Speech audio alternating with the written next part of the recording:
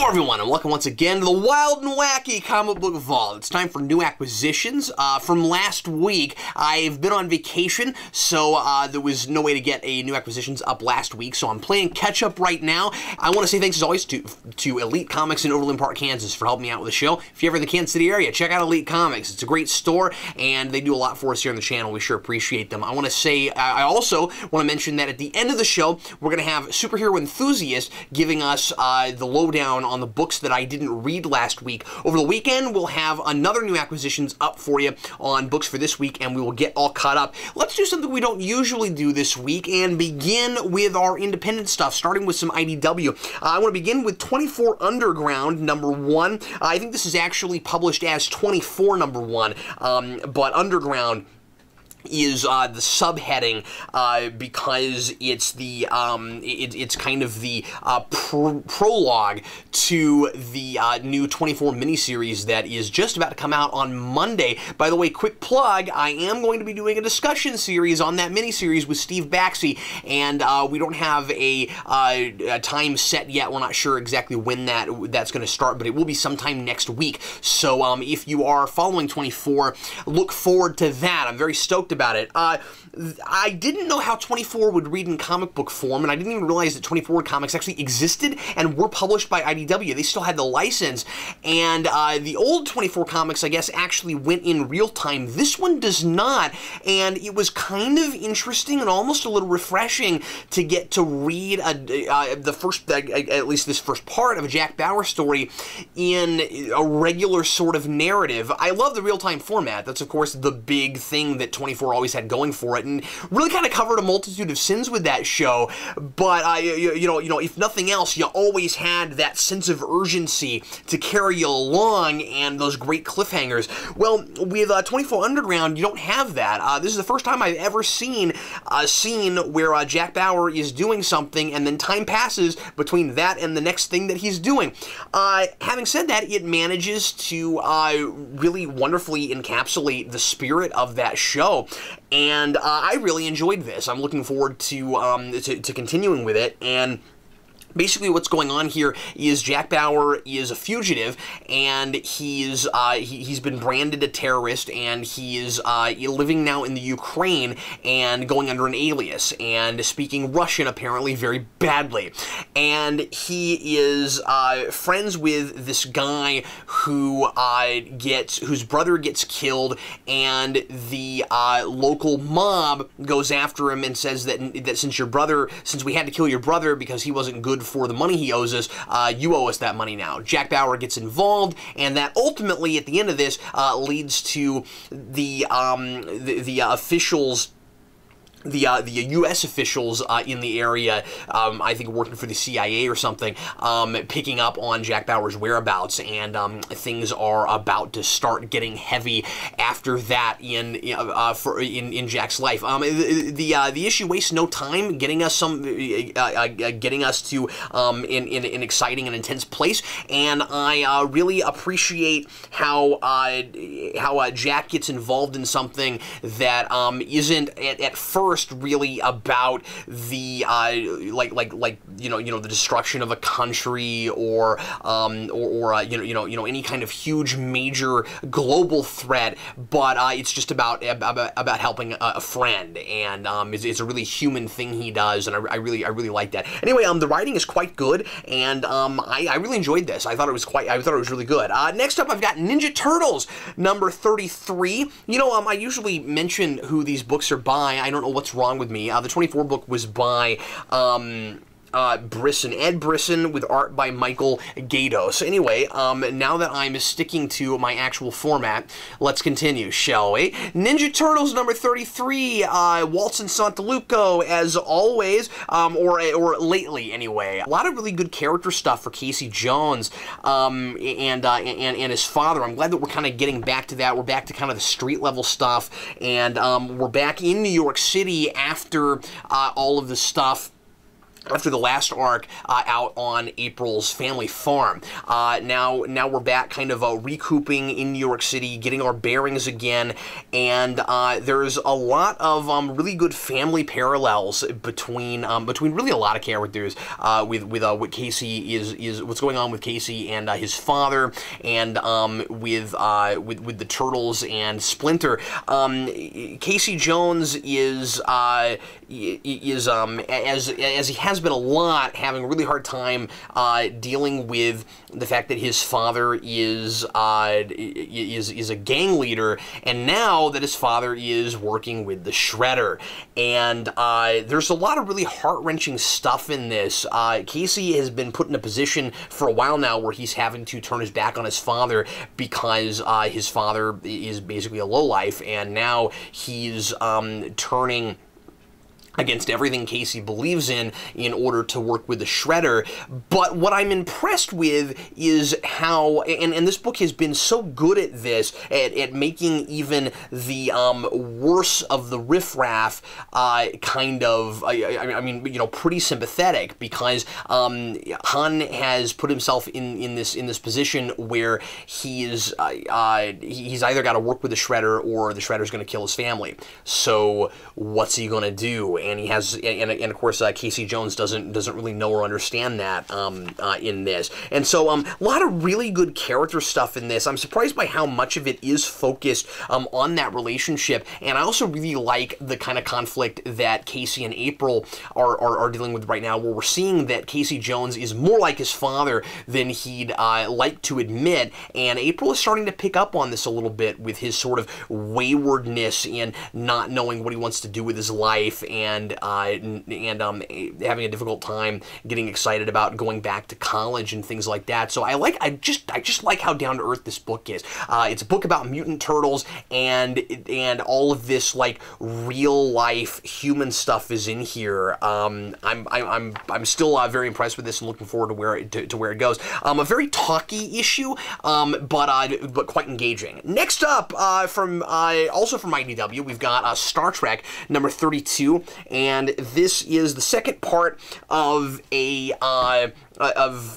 little story arc called I, Enterprise, and this is written by Mike Johnson with art by Efren Fajar. I gotta mention that this is probably my favorite art so far in this entire series. I found the art in this series pretty hit and miss. I haven't read all of it. I've maybe read half of this series. You know, sporadically here and there. I'm reading bits of this, and I really liked the art in this issue. I thought it was very expressive, and everybody looks very much like themselves. It's not super cartoony, and the variation in the panel layouts is really good. The variation in the color scheme is really good. I like these blues and greens, and anyway, I'm pretty impressed with what's done with that. So the idea here is the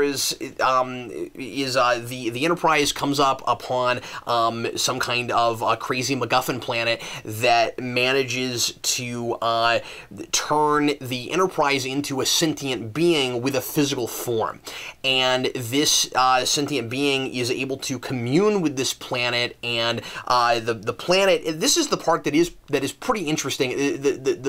I like this concept. The planet used to be the planet itself used to be a bunch of independently thinking people, and they all converged into a collective consciousness, and that collective consciousness decided that individuals were inferior and unimportant and basically trash, and that's what it is saying to the Enterprise as a person. You don't need all of these people anymore. They're just trash, and it tries to get him to destroy the crew.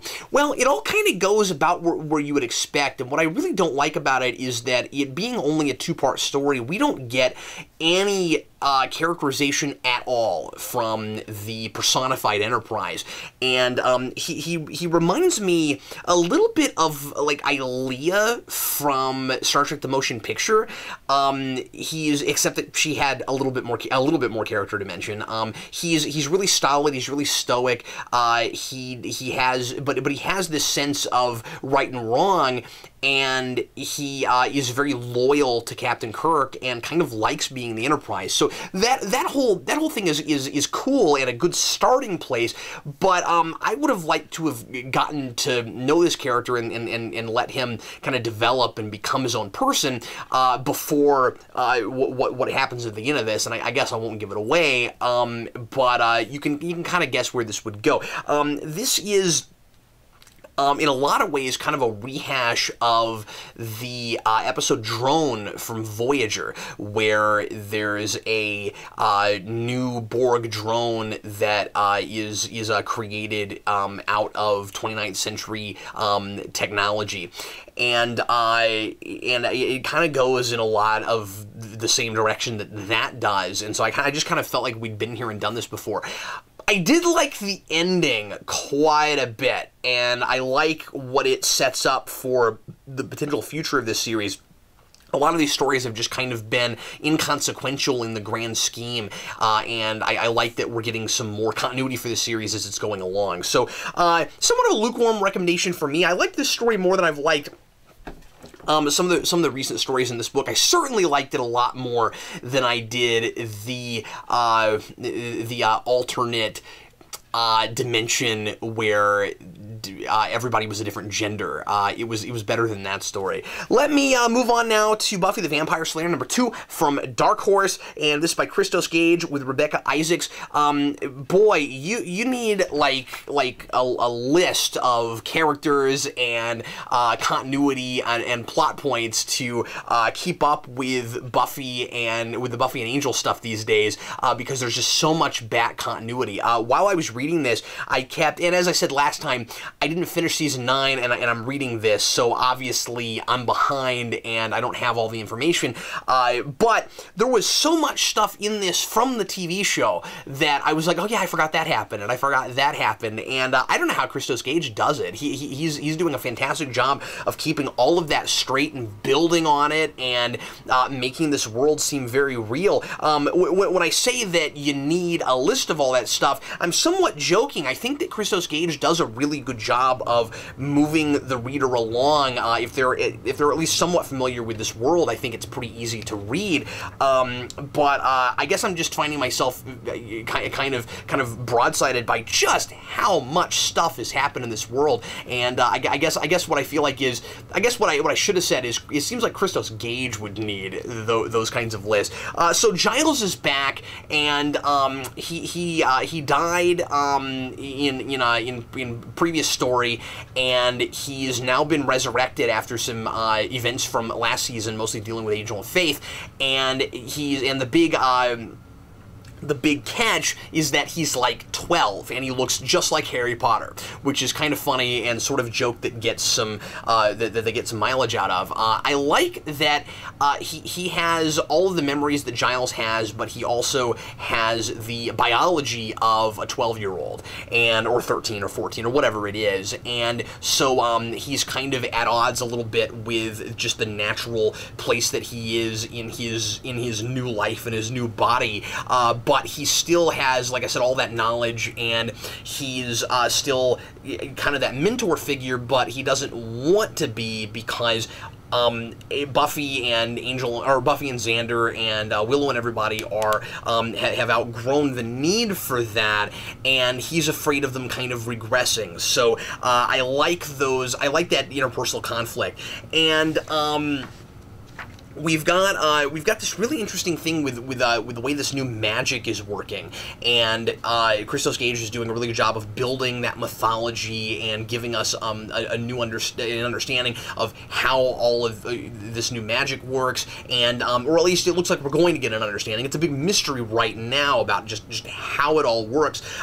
There are sort of kind of male slayers now. Like, things have changed to the point where it is almost possible for men to become Slayers. They don't get the powers that Slayers get, the strength and the speed, but they get the same driving force from the from the dreams of the first Slayer and all that. And I'm really intrigued to see where all of that's going.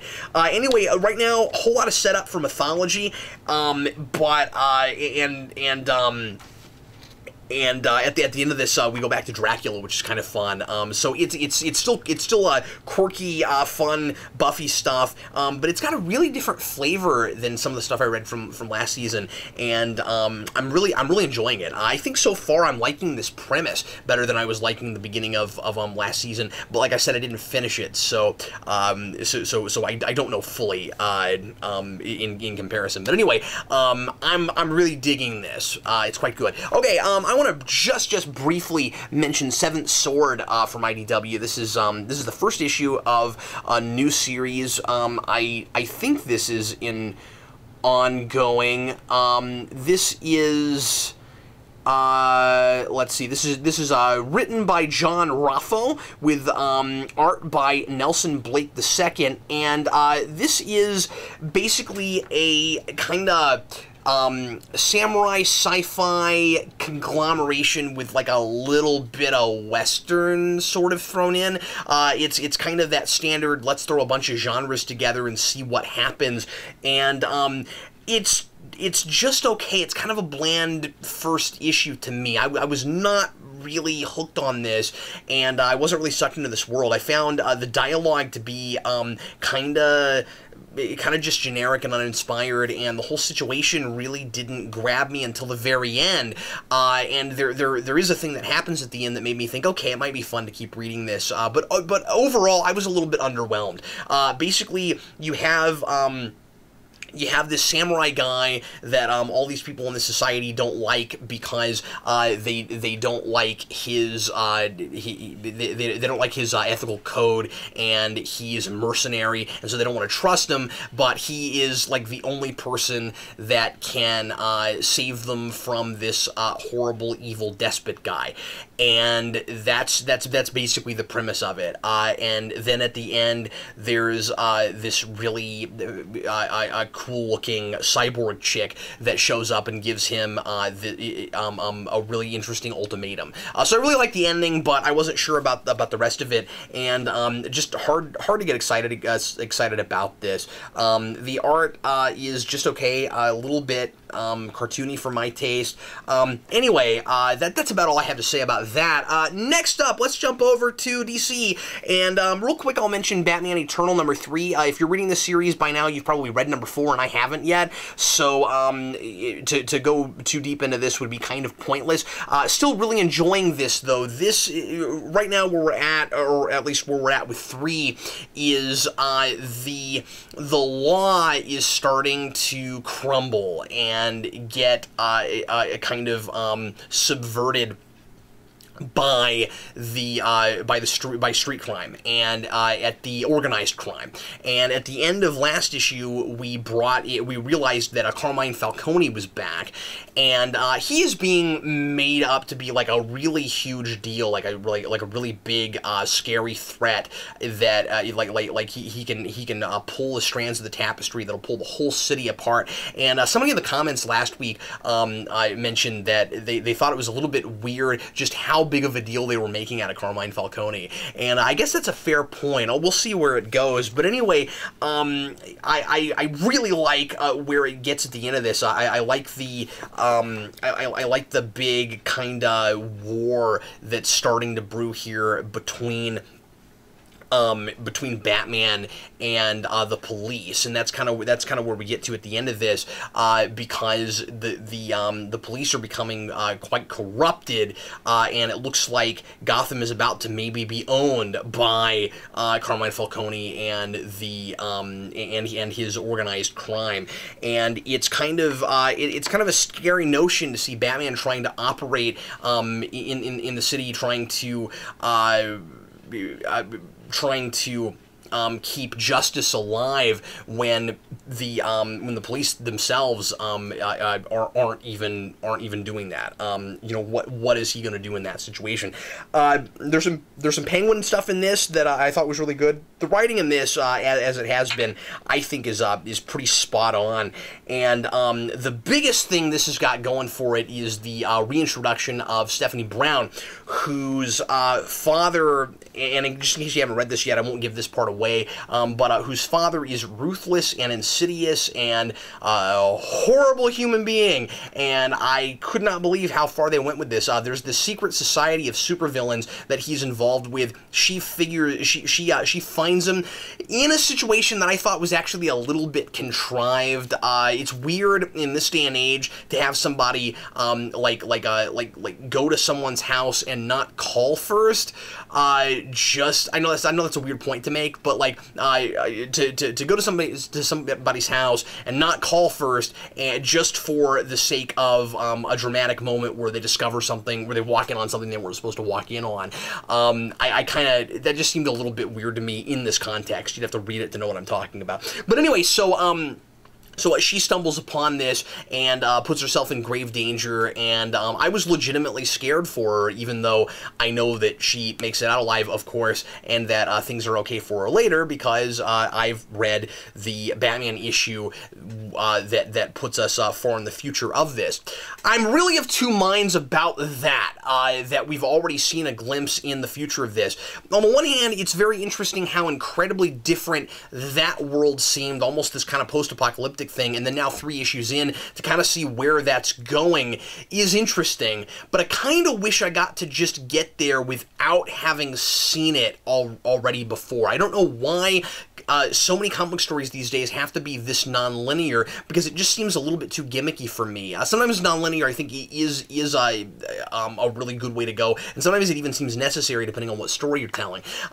If you just happen to somehow not be reading Snyder's Batman, but you were reading this, you wouldn't have that. And I do applaud Snyder for at least not starting with that in this book. But if you read that issue, and I assume the majority of people reading this are probably reading Snyder's Batman, it just strikes me as like I said, kind of gimmicky, and for me, it's just a little bit of a letdown to know where so much of this is going. I would have rather been surprised within the context of this narrative. When it's all said and done, though, I might find myself really, really glad that I saw that already. I don't know, but that's just my impression of it right now. Next up, I want to talk about Red Lanterns number 30.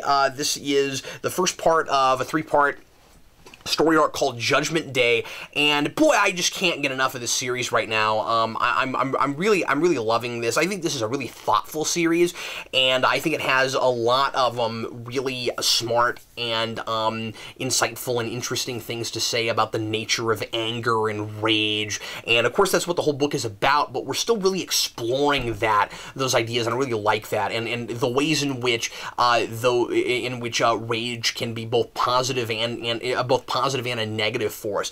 I'm still loving the characterization of Guy Gardner here, where he's having to constantly be a leader, even though he wants the Red Lanterns to be able to operate without a leader. I think it's interesting to explore the idea of being a team without having an actual leader and how kind of impossible that is.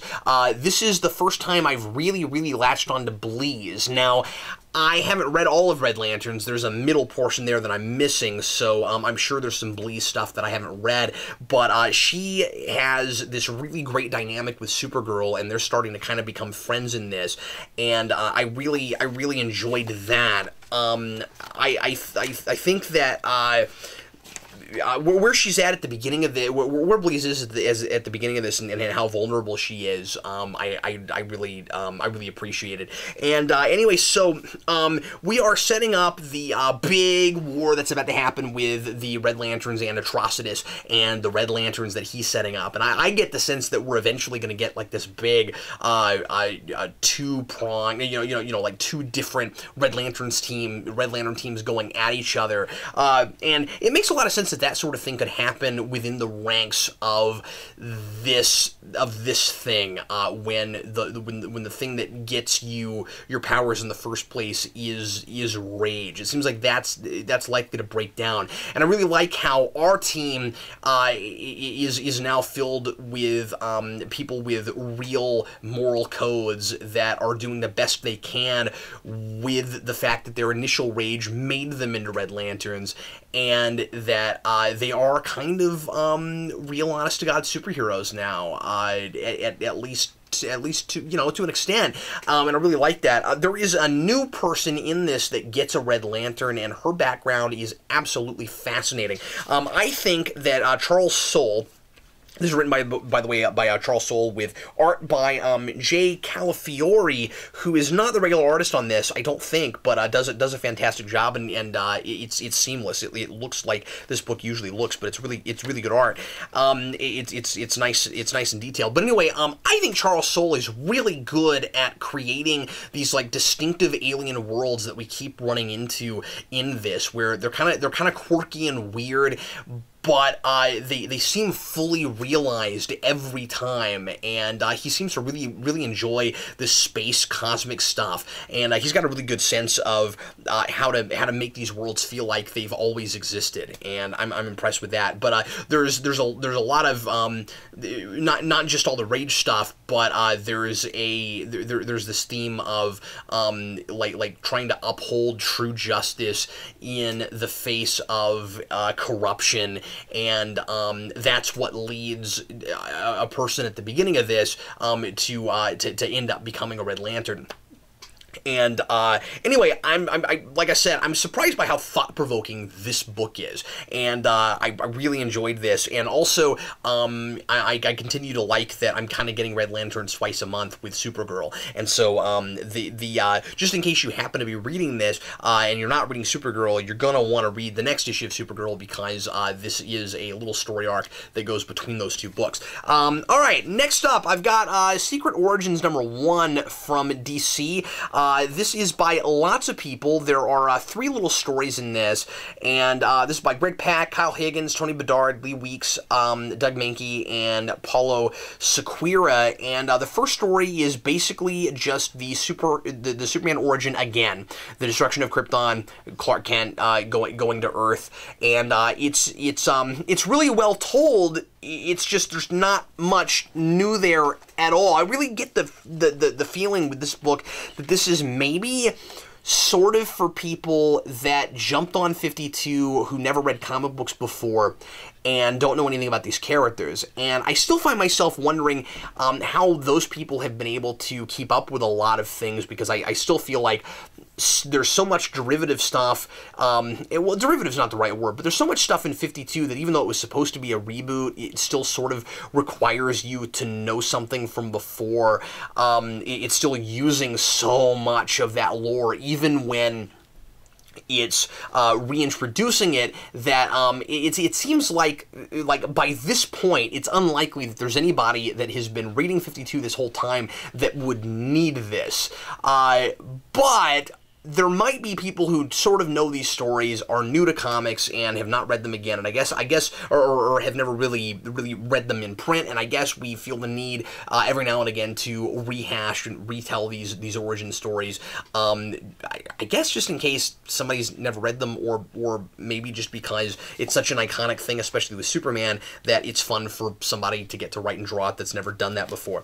Anyway, the Superman one is really well written. It's really really well drawn, but you've almost certainly seen nearly all of this before. There is this notion that, I will say this, there is this new notion that Kal-El had empathy as a baby, and children that young aren't supposed to have empathy yet, and that's kind of interesting, although I'm not sure I love the idea that part of the reason that Superman, and I feel like this is what it's implying maybe, that part of the reason that Superman is as altruistic as he is in his DNA. I much prefer the notion of choice, the kind of nurture versus nature thing, where his parents raise him a certain way, and that instills this altruism and optimism in him. I almost get the sense here that he was just like that from birth. I'm not sure how I feel about that. But anyway, that was new, and I'm really not sure how I ought to read that, honestly. But anyway, and then there is a retelling of Dick Grayson's origin, which is pretty much the way we remember it, except that it's updated so that instead of being a regular circus, the circus is part of Amusement Mile in Gotham, which is an amusement park, and that's... I have only seen that in the Arkham games. I don't know if that is I'm assuming that's a prior comic book thing that I wasn't familiar with. But anyway, I thought that was kind of neat here, and that made a lot of sense that you'd have like a circus, because the circus is just kind of like not the thing it used to be now, and it kind of makes a lot of sense that you would have that as part of an ongoing amusement park, and that it would be that seems like a good update. So I kind of liked that, and there is this glorious splash page when Dick Grayson finally becomes Robin, where he's fighting Harley Quinn, Batman's fighting the Joker, and I really want that as a poster. It is just magnificent. That is almost worth the price of admission. That is really cool. And then the last story, and the reason I'm glad I got the book, is about Supergirl, and it kind of chronicles where she was on Krypton before she got sent to Earth, and why Zor-El sent her. I kind of feel like a lot of this has already been covered in the Supergirl book and a couple of other places, but it does fill in a couple of blanks here and there, which is nice, and I like, and I'm sure this has been done before, but I kind of like the idea that the reason that Kal-El's ship was made in the first place was because it was a prototype, and then the council shut down Jor-El's experiments and his science. He wasn't allowed to build anymore, and that's why he has just that prototype. Now, I don't know why you would build a prototype so that like just an infant could fit in it, but that's what he did. So anyway, you know, there's always an attempt at making that make more sense than it has before. And anyway, the only thing I think is really strange about this book, and like I said, I'm sure a lot of folks that are watching wouldn't really want to read this because they've sort of been here and done this before, but overall, I mean, I thought it was a fun read. What I thought was weird about it, though, was the choice of whose stories were put in this first issue. Why Dick Grayson in the middle of a book that's bookending with Krypton stories? I don't really know what that's about. It seems like it would have made more sense to do 3 Krypton stories, whatever the second one is, and then maybe do some Batman stories later, or just do 3 entirely different people. It was really kind of jarring to go into the Gotham mode, and then at the end suddenly, oh, and we're back to Krypton, and right around the exact same time of the story that I just read a few pages ago. So anyway, kind of a weird read in that respect, but the art all the way through this is really, really good. And I don't say this a lot, but this is a great book, I think, for kids. I think if you have a kid that hasn't read these stories and wants to read a more updated version, I think this is a really good book for them, and I hope that it continues to be that way. Next up, let's do some Marvel stuff really quick. Let's begin with Original Sin, number 0. This is by Mark Waid with art by Jim Chung, and this is the most excited I've been for a Marvel event in a really long time, probably since AVX. I didn't realize I was until I read this issue. I feel like a kid in a candy store getting a Mark Waid And honestly, I haven't looked anything up on this, so I don't know if Mark Waid's writing all of this. Boy, I hope he is. But anyway, getting Mark Waid writing an event like this, I can't believe how character-driven this is and how intimate it is. And it doesn't feel like, you know, it's cosmic, the scope is big, or the scope is certainly going to be kind of big, and it's the Watcher, so it's gonna be. But it's not about just, you know, there's this big, huge threat to all of humanity or all the universe. Let's find a way to stop it. Has such a different tone than any big event I've read in a long time.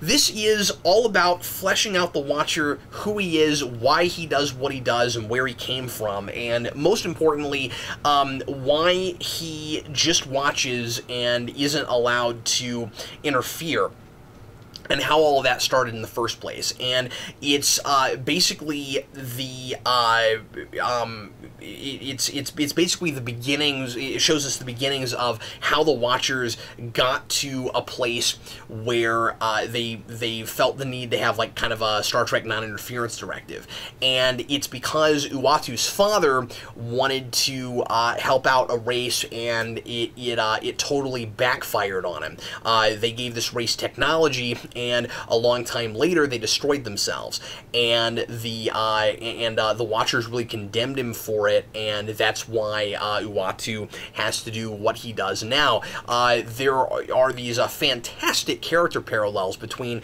Watcher and Nova, of all people, both of which just want their fathers to be right, they say. They love their dads, and their dads are outcasts, and they appreciate their fathers and believe in their philosophies even when nobody doesn't, and even with the universe at large seems not to, because of the way their histories have gone and the way they've become failures.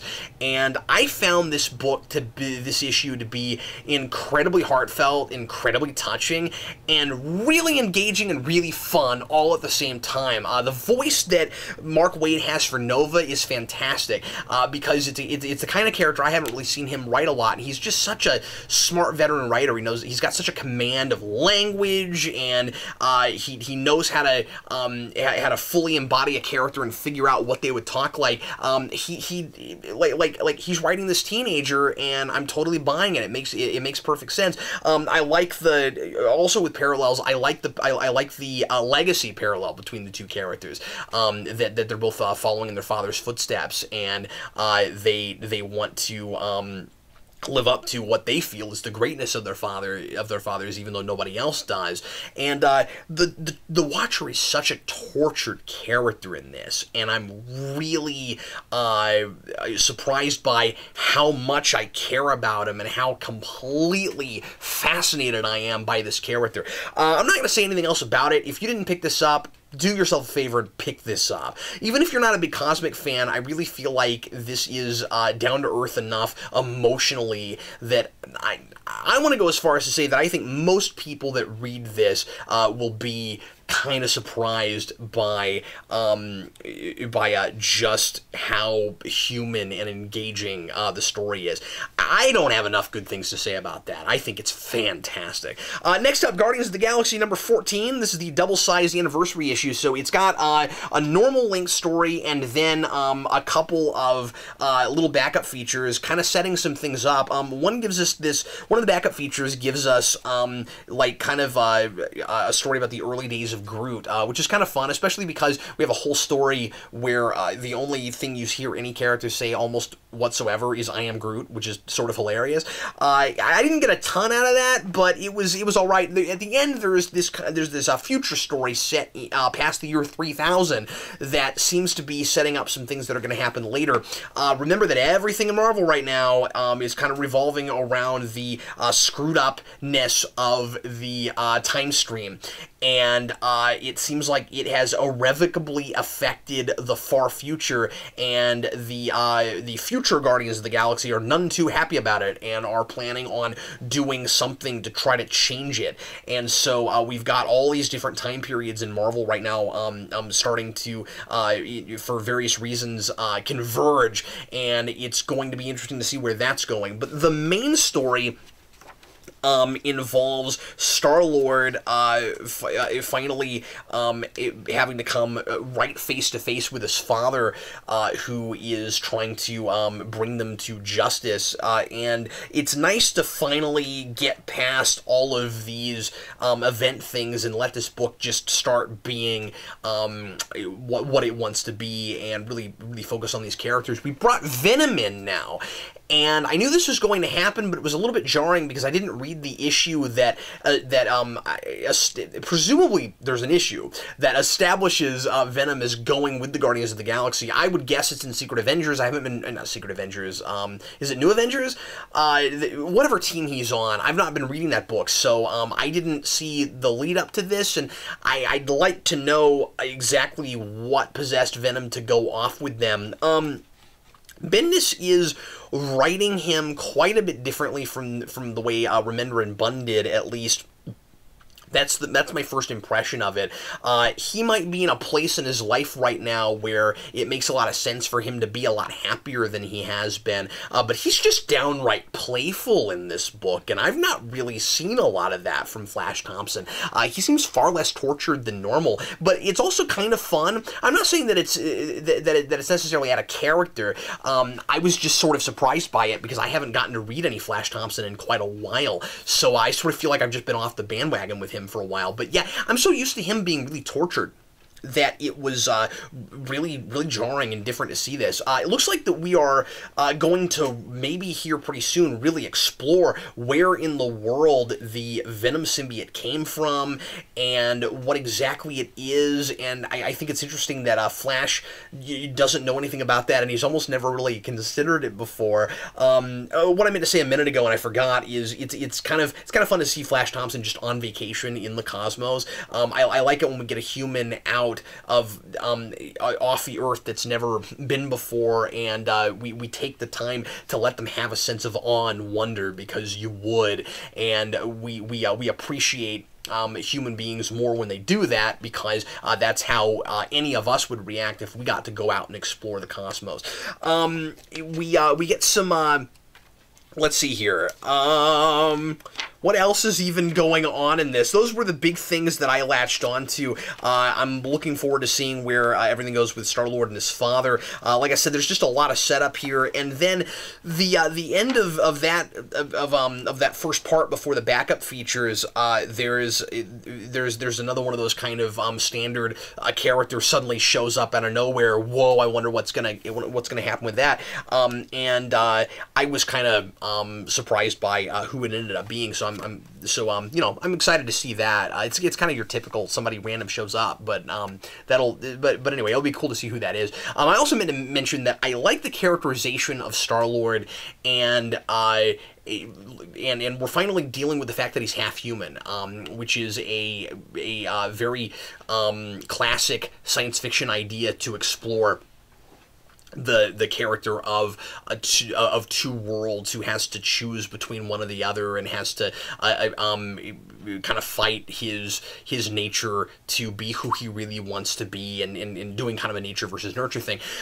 He is, and I have to keep reminding myself of this, because it hasn't been dealt with very much. He's part Spartax and part and part human, and he's. So there's this really interesting detail that I never would have thought of, which is he's attracted to alien women, and he's not attracted to Angela. And he is, which I thought was kind of a strange thing, because I was like, well, Angela seems to be kind of alien, but I guess she just looks human, so I guess that's why you're not really into her like that. But that was an interesting detail that I found myself kind of stopping and wondering about. Anyway, I've got just a few more things to talk about. Next up, we've got Uncanny Avengers number 19. This is by Rick Remender with art by Daniel Acuna, and more and more I'm really enjoying this futuristic storyline. I really figured that everything would get reset really fast in this. It was my big reservation for killing off some major characters like we did, Scarlet Witch, etc., and all of this new crazy status quo that got put into place. For a minute there, it was like this book was running off with itself, and pretty quickly we discover that it's gonna be another go back in time and fix everything sort of plot.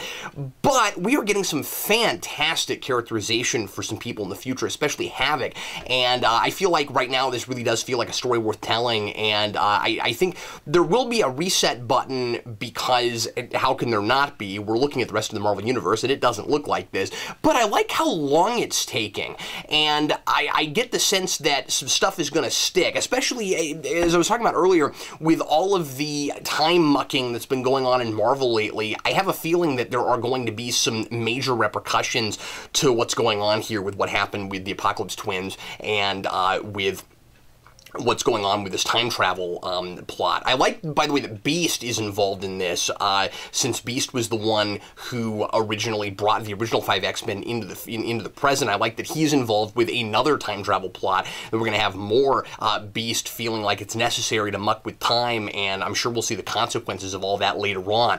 I kind of hope, now that I'm thinking about it, that the X-Men in the present day find out about all of this, and that Beast will be, you know, more and more to blame for this stuff, and that present-day Beast and past Beast will have to deal with what's even going on with future Beast. But anyway, so moving on from that, I really like the characterization with Havoc here. I really like the moral compromising place that he is stuck in here. Basically, we've got Kang, who has offered to help the X-Men go back in time and fix everything because he doesn't want the Earth to be destroyed. I think that's kind of fun. I always like the classic, the hero has to work together with the villain plot, because for a moment their motivations align, even though, or their goals align, even though their motivations are different.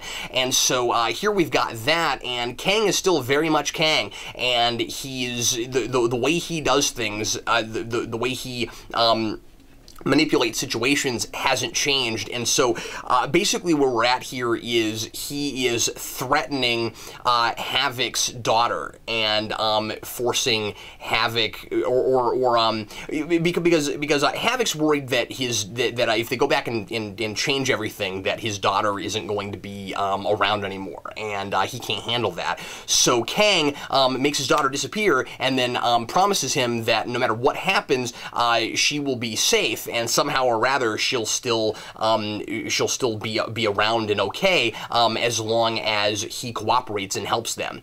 And then some X-Men on the other side, including Magneto, are not okay at all, of course, and Cyclops are not okay at all, of course, with Havoc helping out Kang and working with him. So this is all very involved as it has been. I feel like I'm much more involved and engaged, and I feel like I know what's going on. There have been periods with this book where I'm like, I don't really know what's going on right now, and here I'm very with it and enjoying it, and I'm loving where this book is right now, and I'm quite impressed that we haven't already gotten them back in time yet. That it's taken the time it is, and it's not decompressed. There's a lot of thick storytelling going on. It's pretty dense in the future. So good stuff. Next up, Daredevil #2. Speaking of good stuff, this is by Mark Waid with art by Chris Samney, and Daredevil is now living in San Francisco, and he finds that San Francisco is protected by another vigilante who does things in far more shady kinds of ways, and he is somewhat conveniently also blind. And he's called the Shroud, and the kind of dynamic that he and Daredevil have together is really interesting and really fantastic. And what I think is kind of interesting is that he has kind of Batman's backstory, but with blindness added in there. And so he is another vigilante that's able to fight crime while being blind, but doesn't have the radar sense and all of that Daredevil has. He's a pretty fascinating character, and the cliffhanger with what he's actually doing at the end, he's somewhat shrouded in mystery, and we get to the end of this, and it turns out that we don't know him the way we thought we did.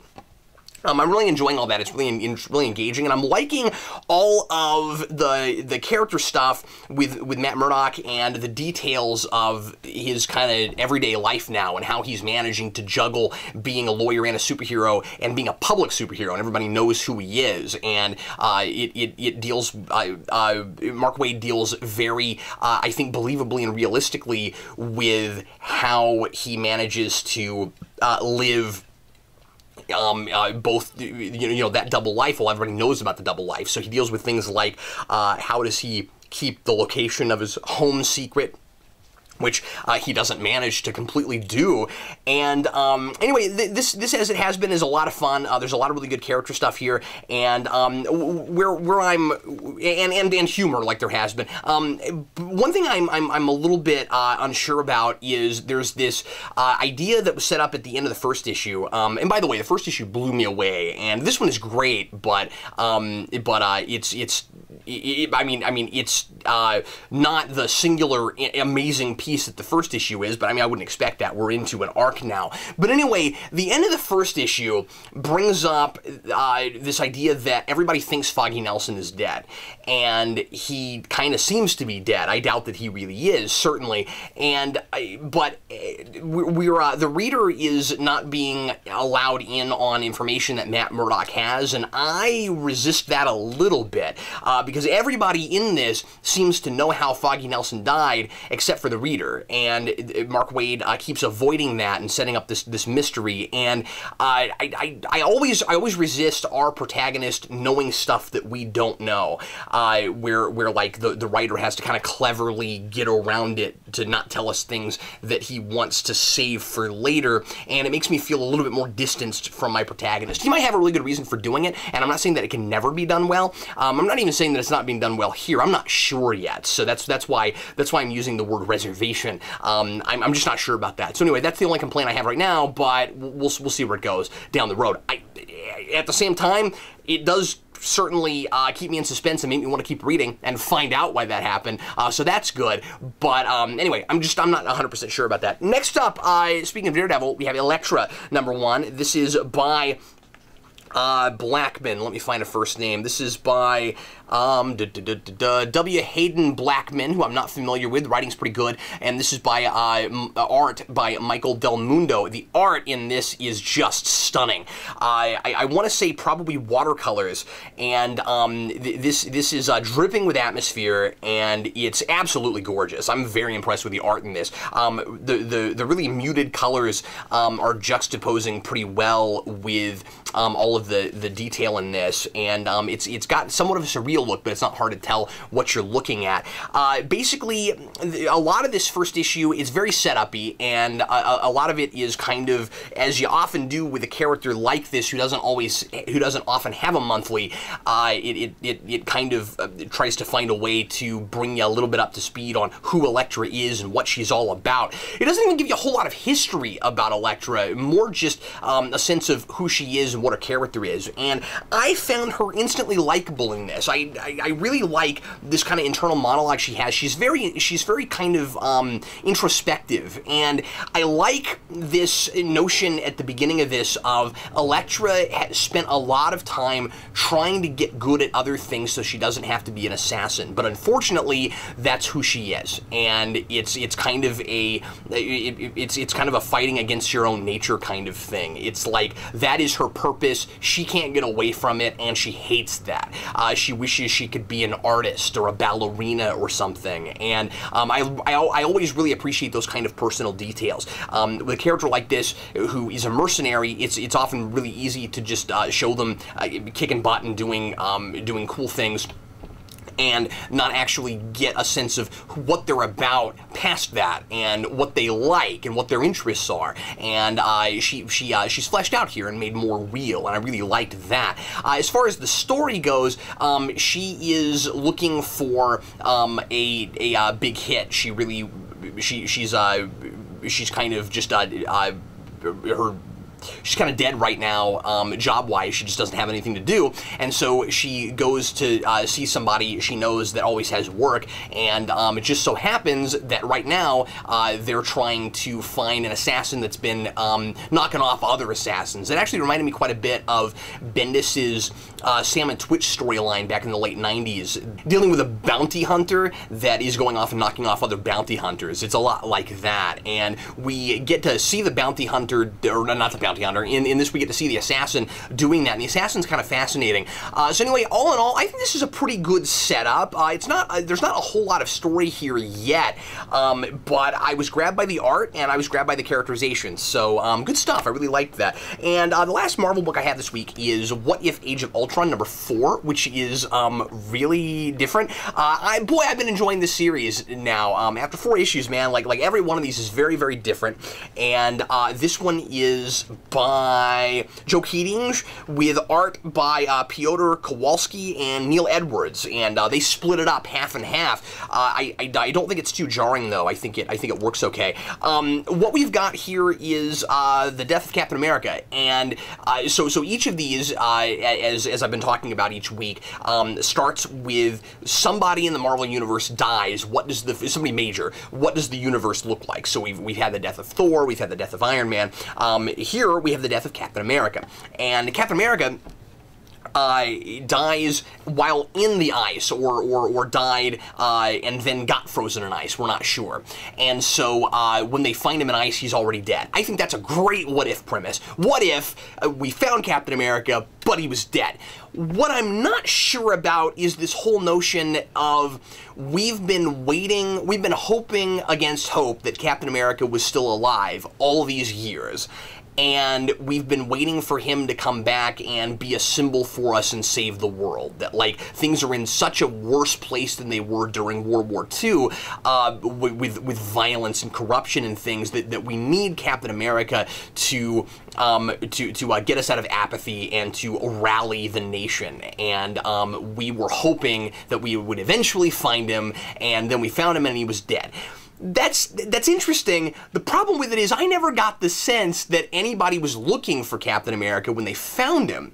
Like, every iteration of this I've ever read and seen has been, oh my God, we found Captain America. We thought he was dead. So this notion of now that Captain America's dead, there's no hope, I thought was a bit of a stretch. But anyway, basically what happens in this is, since there is no Captain America, the Avengers feel like they have to create a Captain America, and they go to the Punisher. And they've been trying to get the Punisher off the grid because of the way he handles things and the way he kills people. And this deals directly with the issue of the Punisher doesn't really fit in this world, and I like that. And so they try to find, so they try to use this Captain America thing to temper the Punisher, and they know that he's got all of the right the right kind of skills. They just are hoping that they can kind of turn him around a little bit in his worldview, and so they so they give Captain America, or so they manage to get Punisher to agree to be Captain America, and then it's a whole lot of pages of just time passes. Actually, I think like 2 or 3 times in this it says time passes, and we see this kind of montage of the Punisher hitting people in the Captain America suit, and then that I guess inspires people. There's not a lot about what it is about Captain America that is inspiring people. It's basically just he wears a costume and he solves problems, and I guess he's not killing people, and that's enough to solve a lot of the huge crime and corruption problems that we have in America. I thought it was a little bit simplistic, and so then eventually it's like there's a Captain America in every city, and then there's a Captain America in other countries, and we get female Captain Americas and all kinds of stuff like that.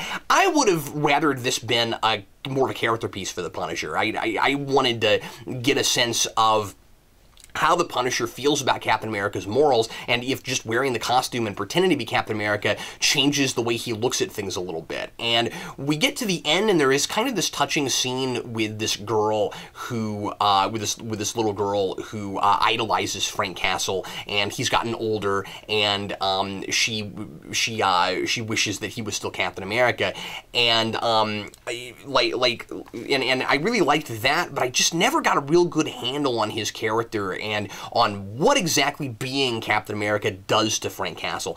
So I thought that this one was a little bit weaker in comparison to the last couple, but I still really enjoyed it. And now it's time for Book of the Week. My favorite book of this week was, without a doubt, Original Sin #0. Wow, was this a good character thing. I really, really enjoyed this issue. And the and my cover for the week is, I didn't have a lot of great covers. I guess I'm gonna go with What If Age of Ultron with the with Punisher Captain America and him ripping off the front of his shirt to reveal the Punisher logo. It's a neat cover. It's a cover that kind of grabs you. If I was a kid and I saw that on a stand, I might pick it up just based on the cover. It's one of those. But overall, a lot of just kind of standard covers this week. And now it's time to find out about some books that I didn't read from last week with Superhero Enthusiast. Hello, Geekvolutionaries. I am Alex, Superhero Enthusiast, once again here with BCLDR. Books Captain Logan didn't read. And I don't have a whole lot of books this week. I did read a fair amount, but many of them were books that Captain Logan did read, so I of course won't be covering them here. But I have basically a book from all of the big four comic book companies, so I'm just going to jump right in. My first book from DC was the digital first, Justice League Beyond 2.0, number 18. If people aren't aware, this is in the midst of a kind of interesting crossover thing with, or not so much a crossover, but kind of an event with the other Beyond book, Batman Beyond 2.0. And it's dealing with the Justice Lords and the Justice Lords universe, and it turns out, we learned last time that our Wonder Woman went to the Justice Lords universe and had lived there for a really long time. She's come back, and they're just trying to figure out if she's good or not. I feel like we maybe get a better sense of whether or not that's the case in this issue, but I won't really spoil too much of that. Much of this is her just kind of explaining to the rest of the Justice League Beyond what happened after she went there and filling in the gaps and everything that happened. And it's pretty interesting. A lot of it had to do with the Justice Lords and the fight between like the really evil Superman and Batman, who ended up being killed in their big fight. And she and that Batman ended up having a relationship. And some really interesting stuff happens that we see, or I guess did happen there.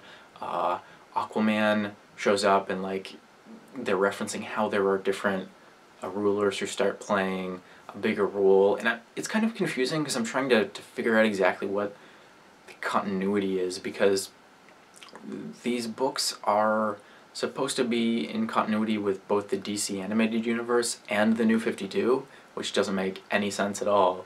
And thus far they've been able to kind of juggle it all right. It's been more or less just DCAU continuity, but occasionally we'll see like a different Superman suit or something that only existed in the comics. And it's really started to break down here because they're referencing things about Aquaman as if they're like news, and they're not, because the DCAU version of Aquaman was someone who didn't have any really connection to the surface world. He was the king of Atlantis. He almost went to war with the surface world numerous times in the DC animated universe, in his first appearance on Superman as well as in Justice League.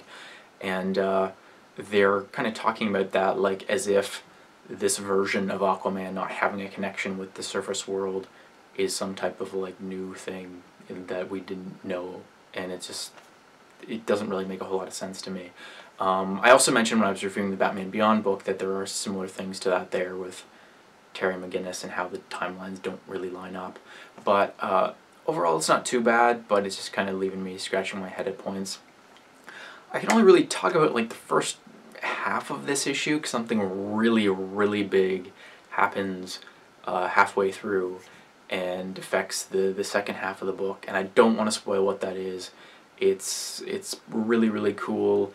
Leaves me really excited to see where this is going to go and how it's going to play out, because it's heavy. This is definitely a really cool event. So I'm just going to leave it there. Justice League Beyond 2.0 number 18.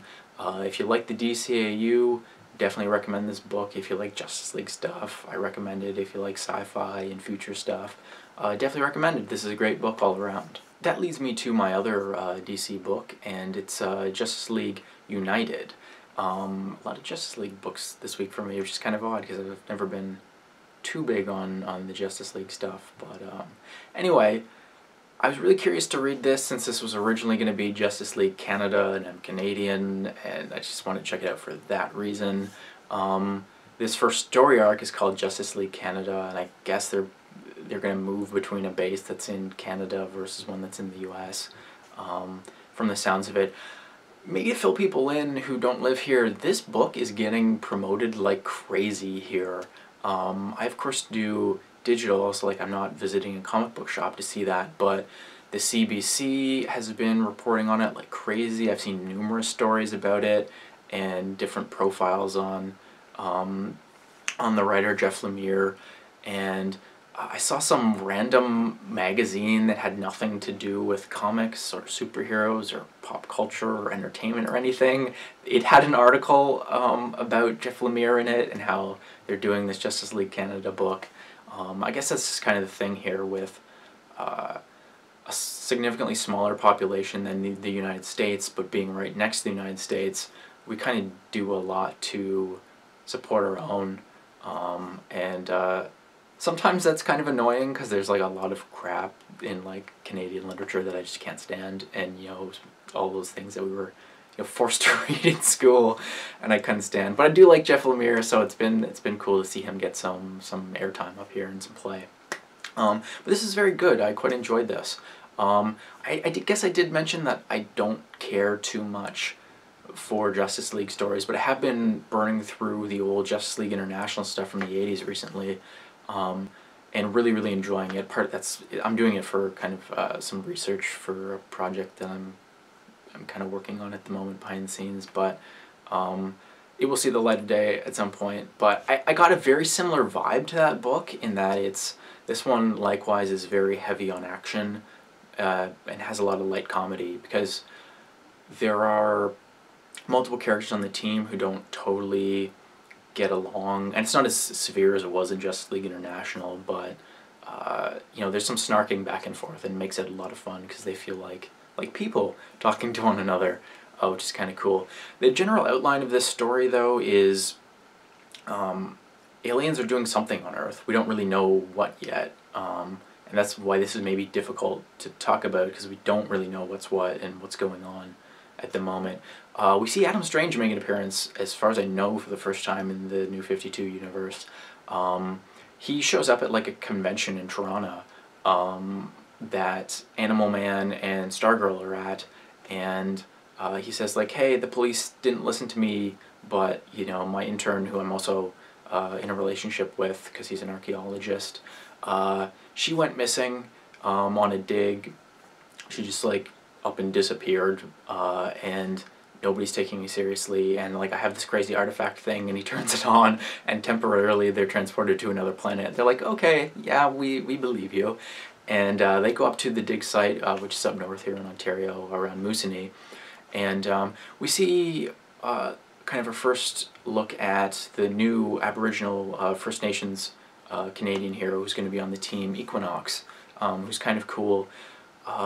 We see that she has some type of interesting villain.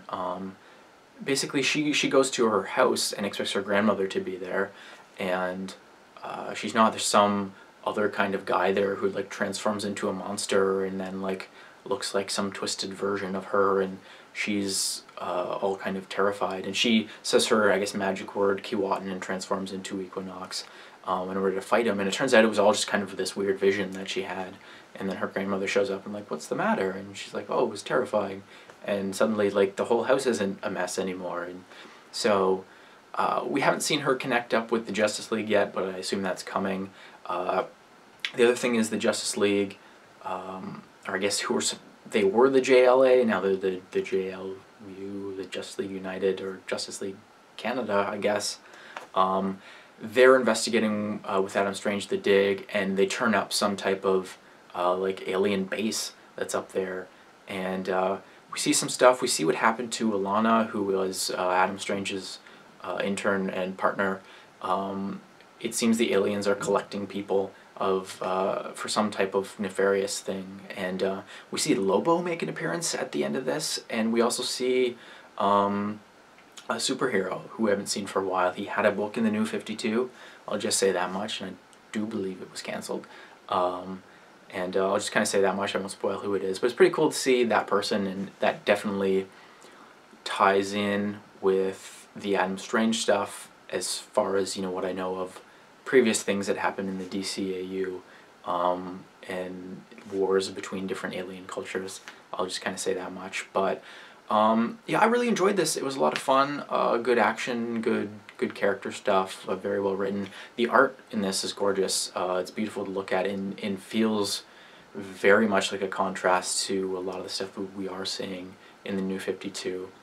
Because it seems almost like DC has kind of developed its own sort of house style that is very 90s, and given I'm not really a huge fan of that, it's nice to see stuff that is a little bit more, I guess, clean looking and less kind of sketchy, and very colorful. And so I'm definitely going to be picking this book up, not just because it's the patriotic thing to do for me, but because I genuinely enjoyed it. So Justice League United, definitely worth giving a shot. I'm going to jump on over to Marvel now with my only Marvel book that Captain Logan didn't read, and that's Iron Patriot #2. And this book is kind of hard to talk about too, because it is moving at lightning pace. We're only 2 issues in, and stuff from the first issue is totally paying off. The first issue did this kind of non-linear storytelling thing, the flashing forward at the very beginning, that's become hugely popular right now. And they show this villain, and we don't know who the villain is. Even in the cast list, it just lists him as the villain. And we don't know what his significance is to Rhodey. Last time, Rhodey announced that he's going to be Iron Patriot, not War Machine anymore, I guess like the movie. And he, aside from helping with international relief and rescue things, he's only going to be focused with the United States. He is a homeland hero. And he announced that on the news, and then he had to go save New Orleans at the end of last time, because there's some type of gigantic, like, mud creature thing threatening the city and causing it to potentially sink into the ocean. And he gets pulled under, and that's kind of where we find him in this. And he's able to, I guess, get out by ejecting from the suit and using the suit as a missile to just like ram right into the monster and blow up and destroy it. And I guess that's how he saves the day, but the only reason he's even able to survive is he just gets very, very lucky that he's able to surface just in time, because one of his lungs was collapsing, and the only thing that prevents that from happening is he's able to get air in time. And he gets picked up by some guys who then just kind of like drive him around and then leave him in the middle of New Orleans. And the other side of this is, we learned last issue that this was kind of fleshing out Rhodey's, I don't say backstory, but like the people around him, and we got to meet his family. And some armed guys who were kind of like paramilitary types break into his father's house and kidnap his father. And his niece, who lives there also, was able to escape, but she calls 911, and the cops show up, but it turns out they're not really cops, and it's all kind of like, ooh, what's going on there? And then we go back to Rhodey, and we find that the guys leave him in the middle of the city, and like the villain shows up and is kind of like speechifying and saying, you know, I'm going to destroy you and your entire life. And it's like, whoa, I did not expect this flash forward that we had in the first issue to be paying off this soon. I expected maybe like soonest 3 issues in, but, you know, probably 4, 5, 6. But it seems like they're going to be doing some really short storylines with this, at least in the start. And as such, it's just moving at this kind of rip-roaring pace, and I don't even really know what to think yet. It's just kind of, I'm left a little buzzed. But I really did enjoy this. It's a lot of fun. It seems like things are really heating up quickly for Rhodey, so I'm curious to see how he is able to save the day, especially now that he doesn't you know, have the suit, since that ended up being destroyed here. So Iron Patriot #2, I definitely recommend it. Jumping over to the third company is Dark Horse, and that's Conan the Avenger #1. I mentioned before that I had been reading the Brian Wood run on Conan, And my first review of it for BCLDR was actually the last issue of that run. And there was a Conan book that came out between then and now, but it was like unrelated. And where that one left off was the Pirate Queen that Conan had been in a relationship with. She died on one of their adventures, and he decided to just kind of continue on where he was originally going, and that was the land of Kush. And I found that kind of curious, because that whole run that Brian Wood had started with him trying to go there, and then he gets totally sidetracked by meeting the Pirate Queen, and then they fall in love and go on all these adventures, and after she passes away, he's just kind of like, you know what, I'll just keep going where I was originally going. So that's kind of where this picks up. Conan is drinking like crazy, just to try and forget, and we see some interesting stuff here. There's some type of baby that's born in the beginning of this that's horribly deformed, so it seems like there's some type of evil magic involved, and there's some guy who sort of shows up here who looks a lot like Doctor Strange, and he seems to be this kind of more upbeat guy, and I don't know if him and Conan are going to kind of pair up for this adventure, or kind of what the deal is, but most of this issue is just kind of Conan drinking, and not a whole lot going on. I didn't find it too terribly interesting, and I wasn't really a big fan of the art. The only reason that I was really reading the Brian Wood run was just because it was really well reviewed, so I just decided to check it out, and I like Brian Wood as a writer, and I really enjoyed it, but I'm not really a huge Conan fan, so given that this one just didn't blow me away, I'm probably not going to continue on with this book. Maybe it's something I'll go back to and check out in trade, but yeah, I don't know that I would totally recommend this one. It just wasn't really fantastic. Not a whole lot went on, and just writing wasn't great and the art wasn't great. So maybe you will enjoy this. Just wasn't really to my personal taste. My last book from the last of the big four is The Manhattan Project from Image. And this one is really, really interesting. At the end of the previous issue, we saw that our Einstein had returned, and the Einstein that had been in the book was actually the Einstein from a different universe, and we knew that already. And this issue is mostly them just kind of meeting and drinking together, because Einstein in this is a huge drunk. And it's basically the one Einstein who had been replaced saying how he finally got back, and he traveled through all of these different universes, all these alternate universes, and a lot of them were really cool to see. There's one that's very reminiscent of like the beginning of 2001: A Space Odyssey, and the wormhole device bears a lot of resemblance to the monolith from that, and I thought that was kind of clever. We get to see a panel in this where like Einstein is riding a hammerhead shark with a giant trident in like a scuba suit. That's one of the things I just love about this comic, is you get to see crazy stuff like that. You know, what other comic has anything, you know, like that? You know, I don't know. But one of the main universes that he spent the most time in was this weird kind of bizarro universe where Oppenheimer, who in our universe is kind of evil, and who Einstein actually killed. That was the big reveal of how he came back, was Oppenheimer gets shot in the head. And we see in this universe, Oppenheimer's like the king, but like what people think is science is actually magic, and what people think is magic is actually science, so it's like this weird reverse thing, and that really pisses off Einstein. And it's this kind of backwards, somewhat medieval universe where Oppenheimer is the king and kind of warlord, and they have the wormhole device in that universe too, and he's trying to get Einstein to open it. And Einstein is able to use his magic, which is actually science, and that took him a lot of time. He uses it to basically save the day and fight the bad guys, but it took him such a long time because the physics in all of these different universes are different, and so it just took him a lot of time to observe how things were and run experiments and, you know, do the whole science shtick, which is really cool.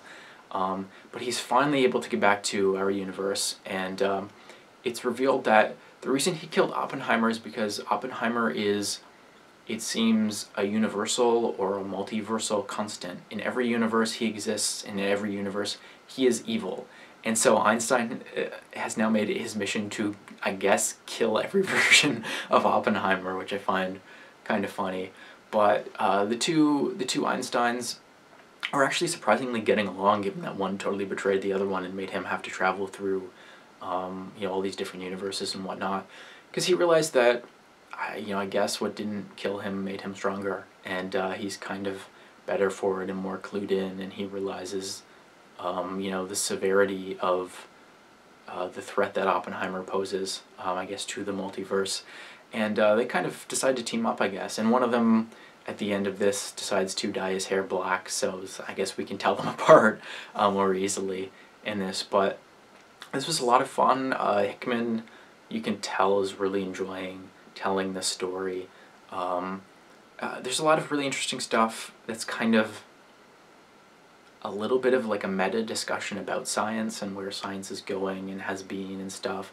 Because the Manhattan Projects have all these different projects, there's like Project Gaia and Project Ares to do all these various different things, various kind of super science things like terraform planets and stuff. And Einstein's thinking about it is, oh, this is all very, very linear. And, they're not thinking kind of about the big picture and looking at things as this gigantic interconnected web. And it's kind of cool to see that there is a character in this who has a very, very different perspective, which, Einstein did on physics, and that's why he's Einstein. So it's just such a good book. It's what if all the famous scientists from the 20th century were actually mad scientists. And I really, really can't recommend this book enough. It's smart, it's incredibly clever and well written. The art is really unique as well, and just one of my favorite things that I'm reading. So Manhattan Projects, definitely recommend it. That does it for me, though, for books that Captain Logan doesn't read or didn't read this week. Again, to clue people in, if you're interested, I know Captain Logan has been covering Batman Eternal in his reviews, but Steve Baxi and I are also kind of covering that in a weekly show over on my channel, Batman Eternal Reviewed. So if you're interested in that, you can head on over there. I believe the episode for the 3rd issue should be up already, so you can check that out there. That does it for me, though. I'm Alex, superhero enthusiast, and back to you, Captain Logan. Thanks again, enthusiast, as always. Sure appreciate you, and I want to thank everybody for watching. I'm going to be back with you again this coming weekend with all the books from this week. Thanks for being patient and watching us talk about books from last week. And if you're ever in the Kansas City area, check out Elite Comics in Overland Park, Kansas. I want to thank them, as always, for helping me out with the show. If you are so inclined to help us out with the big comic book project we're doing, with the movie that we're doing over the summer, you can check out our Kickstarter. The link is in the description. What we're doing is we're going to comic book stores all across the Midwest in the first week of June, and we're going to talk to comic book store owners about how they do what they do and how they feel about the industry at large. It's going to be fascinating, I am sure, and we're getting everything together for that project. It's going to be really cool. We are very, very close to our goal. We're only a couple $100s away on our Kickstarter, so do yourself a favor, go check that out and find out about all, or rather, I guess, do me a favor, find out about all of the cool incentives that we're doing there for the Kickstarter, and help us get to our goal. We're getting really, really close. And if you ever want to send anything to the Comic Vault for me or Vince to review, you can always send that to our P.O. Box. That's Geekvolution, P.O. Box 14183, Lenexa, Kansas 66285. I'm Captain Logan, wishing you happy reading.